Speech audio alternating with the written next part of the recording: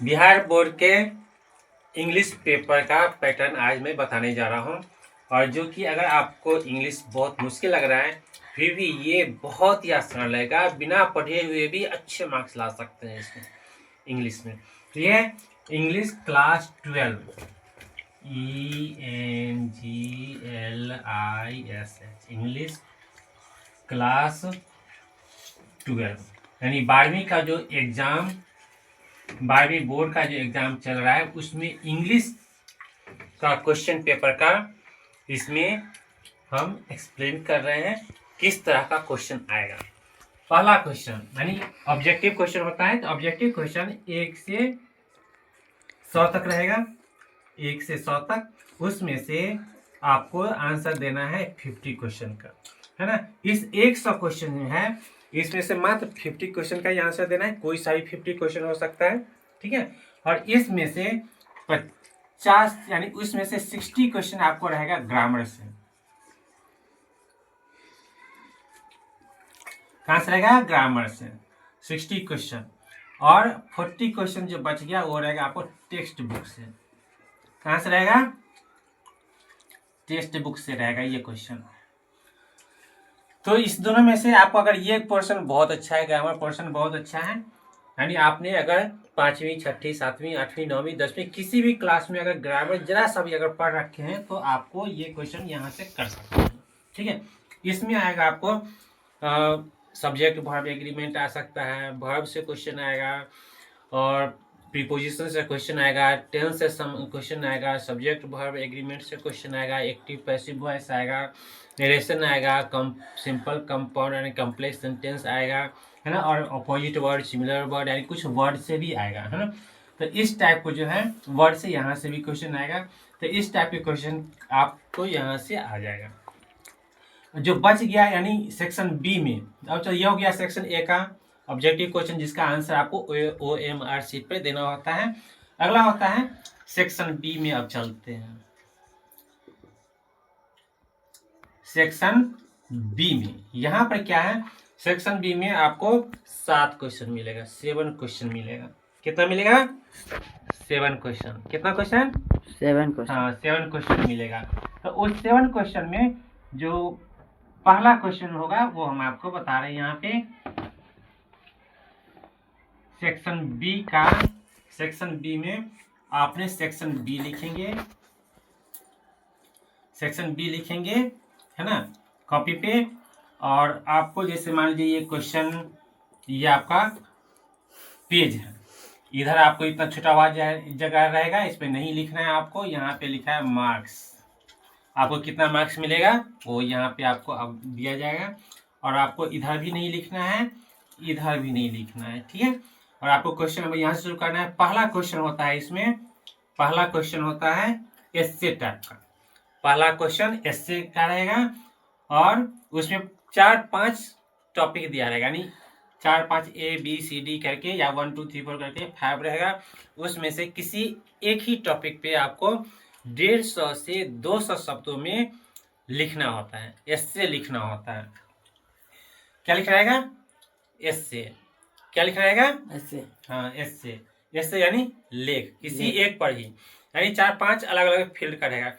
कोई धर्म से रिलेटेड रहेगा, कोई खेल से रिलेटेड रहेगा, कोई व्यक्ति से रिलेटेड रहेगा, कोई, है ना, इस तरीके से 5, या कोई साइंस से रिलेटेड रहेगा, है ना। तो इस तरीके से किसी एक टॉपिक पे ही आपको लिखना है जिस पे आप अच्छा लिख सकते हैं, तो है ना। ये यानी आपको हो गया ये पहला क्वेश्चन 8 मार्क्स का, 8 नंबर का हो गया, ठीक है। इस 8 में से चलो एक एस्से के बारे में थोड़ा सा और बता देता हूँ। एस्से में होता क्या है, जैसे मान लीजिए किसी, जैसे माय फेवरेट बुक पे ही लिखना है। एक एग्जांपल ले लेते हैं, क्या? My favourite book. तो माय फेवरेट बुक का कोई बॉडी होगा, यानी माय फेवरेट बुक के बारे में आप क्या कहना चाह रहे हैं, है ना। तो ये हो गया बॉडी, हो गया क्या हो गया? बॉडी। यानी इसमें हम जो कुछ भी लिखेंगे, है ना, जैसे माय फेवरेट बुक के ऊपर आप लिखना चाह रहे हैं तो उसके बारे में जो बताएंगे वो हो गया। यानी ये बॉडी में यानी जो कुछ भी अगर आप बताने जा रहे हैं उसका इंट्रोडक्शन देंगे। क्या देंगे? इंट्रोडक्शन, है ना। क्या हो गया? इंट्रोडक्शन। बॉडी और उसके बाद कंक्लूजन। ठीक है, क्या करेंगे लास्ट में, इसमें करेंगे कंक्लूजन। यानी हमने क्या बताना चाह रहे हैं, ये जो माय फेवरेट बुक के ऊपर जो आपने एस्से लिखी है तो क्या बताना चाह रहे हैं, है ना। तो इंट्रोडक्शन किसका होगा, इसी का, जिसके जो सब्जेक्ट लिए उसका इंट्रोडक्शन देंगे। फिर बॉडी में इसमें भी 2 पैराग्राफ लिख लेंगे, और एक पैराग्राफ ये हो गया, एक पैराग्राफ ये हो गया, एक पैराग्राफ ये हो गया, और ये पैराग्राफ ये हो गया, है ना। तो 8 मार्क्स का जो है, इसमें स्टेप बाय स्टेप आपको मार्क्स मिलेगा। ग्रामर के लिए भी मिलेगा, साफ अच्छा लिखे उसके लिए मिलेगा, इंट्रोडक्शन के लिए मिलेगा, कंक्लूजन के लिए मिलेगा। इस तरीके से जो आपने लिखे हैं तो सब पे मार्क्स डिवाइड रहता है। तो हमें से पैराग्राफ चेंज करके लिखने की जरूरत है, ये नहीं कि जो हम सीधे एक ही पैराग्राफ में सब कुछ लिख दिए तो आपको मार्क्स नहीं, 8 नंबर नहीं मिल सकता है। इसलिए आपको प्रत्येक पैराग्राफ को, जैसे इंट्रोडक्शन लिखे आपने, इंट्रोडक्शन यानी सीधा इंट्रोडक्शन लिखना नहीं है, इंट्रोडक्शन है ना, सीधे आपको जो भी सब्जेक्ट है उसके बारे में यहाँ इंट्रोडक्शन दीजिए। फिर पैराग्राफ चेंज करके फिर यहाँ पे लिखिए, फिर पैराग्राफ चेंज करके यहाँ पे लिखिए, फिर लास्ट में, यानी पैराग्राफ दिखना चाहिए जो अलग अलग पैराग्राफ है। यानी 4, 5, 6 पैराग्राफ का लेख अच्छा माना जाता है। तो अगर आप पैराग्राफ चेंज कर करके ऐसे लिख रहे हैं तो आपको पूरे नंबर मिलने की संभावना बनती है। ठीक है, तो इसके लिए आपको कोई टेक्स्ट बुक पढ़ने की जरूरत नहीं है, कोई रट्टा मारने की जरूरत नहीं है, आप अपने से बना के जोड़ जोड़ के सोच के लिख सकते हैं। ठीक है, 150 से 200 शब्दों में लिखना रहेगा। ठीक है, इंग्लिश क्लास 12 में, बिहार बोर्ड में। ठीक है, चलिए अब देखते हैं क्वेश्चन नंबर 2 क्या रहता है। क्वेश्चन नंबर 2 रहेगा, आपको क्वेश्चन नंबर 2 एक्सप्लेनेशन रहेगा प्रोज से। कहां से रहेगा, प्रोज से 4 नंबर का एक रहेगा। थर्ड क्वेश्चन रहेगा प्रोज से, अगर पूछ दिया यहाँ तो पोइट्री से यहाँ पे आएगा, पोइट्री से यानी कविता से, ये भी 4 नंबर का हो गया, है ना।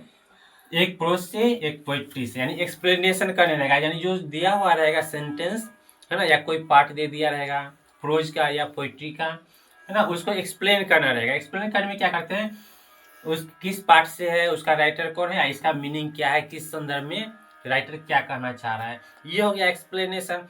तो ये हो गया आपको वो question number 1, question number 2, question number 3। Question number 4 हो गया आपको, क्वेश्चन नंबर 4 रहेगा